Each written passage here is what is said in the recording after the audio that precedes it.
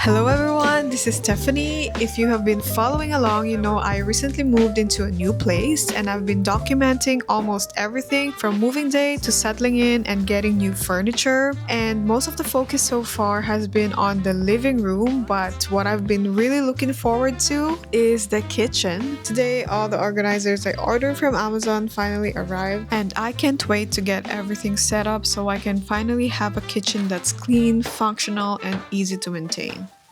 I am starting off by cleaning the counter. I find it so much easier to work with a clean, empty space. It just helps me feel less overwhelmed.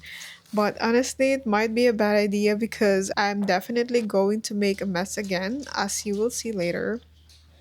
This kitchen is completely different from my old one. There's so much more storage now, which I love, but it also means I need way more organizers. My goal is to give the space a proper reset and make everything feel cohesive. I'm going for a white and oak theme, starting with this tea organizer. This is the first item I got from Amazon and I love how it looks. It fits this spot perfectly and I'm planning to turn this area into a little drink station or coffee bar.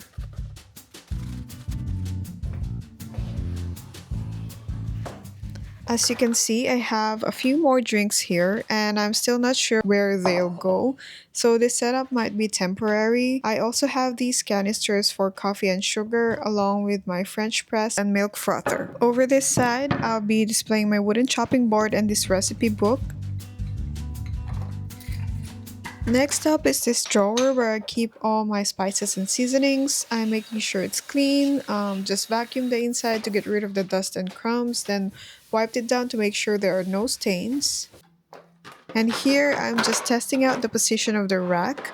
I'm also adding a mat underneath to prevent any scratches or stains on the cupboard.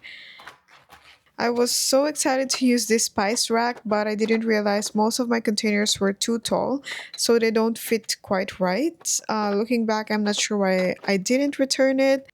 I am storing the empty containers on the side for now. I'll fill those later and you'll see that part in a bit. Below that are the taller seasoning containers that didn't fit on the rack. And in the remaining space, I'm placing this charcuterie knife set.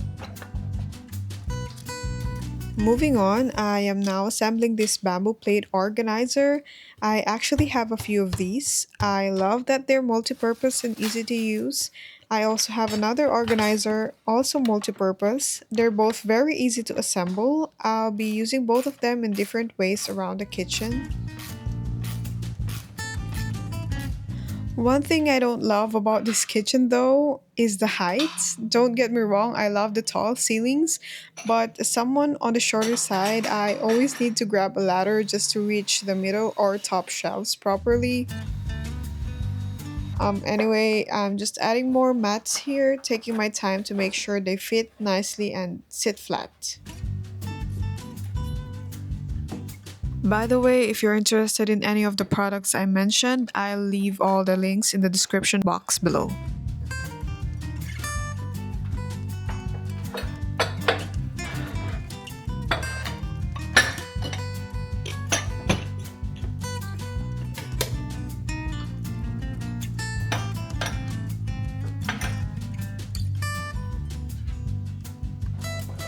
And now onto the next cupboard. This is where I store all my food containers. This is the part where I struggled the most with in my previous place because you all know container lids are so frustrating to organize. But this time I think I finally figured it out. I am using the bamboo plate organizer to store the lids and I am honestly so happy with how it turned out. There are probably other storage solutions out there, but since I already had a few of these organizers on hand, might as well use it for this. I am also using the same organizer for my baking trays. Just like the lids, they're tricky to keep in place, so I am really glad these rod organizers work for both. As you can tell, all of my bakeware are stored in this drawer. I place the items I reach for most often in spots that are easy to access, like these chopping boards.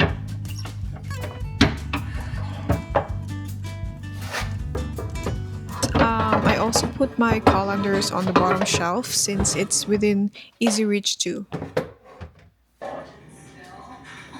For my other spice and seasoning cupboard, I haven't gotten an organizer yet, but I am adding a mat right now, which I didn't get to do earlier.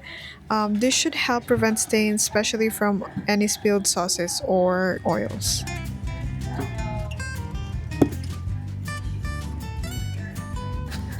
I am pretty much done with everything else, so now I am refilling my spice containers. I am starting with the flaky salt, which I am transferring into this bamboo salt or salt cellar. Aside from the aesthetics, it's also much easier to access and it holds more than the container I was using before. Next, I am refilling my most used spices: cayenne pepper, onion powder, paprika, and cumin.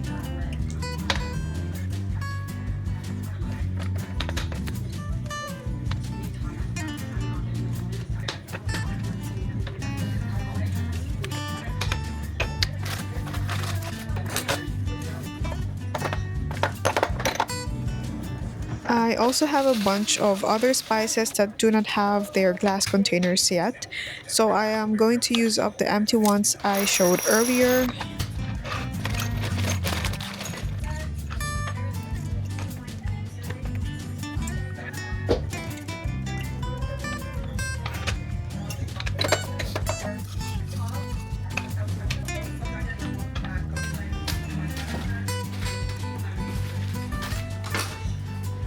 I am just cleaning up the space now and finalizing their arrangement on the rack.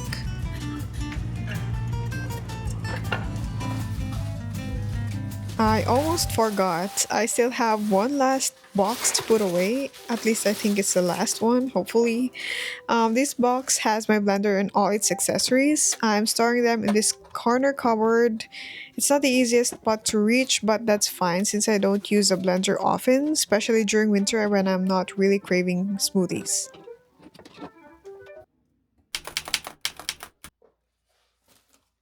Now that most of the organizing is done, I am ready to make some dinner. Lately I feel like I've been making so many excuses to avoid real cooking, which is wild because cooking has always been my thing. It's literally part of my brand. My friends and family know me for it, but these days, I don't know, I've just been feeling so lazy. I either end up ordering food or making something instant like this one. Thankfully, I picked up a quote unquote healthier instant meal from Trader Joe's, so at least I feel slightly less guilty about it.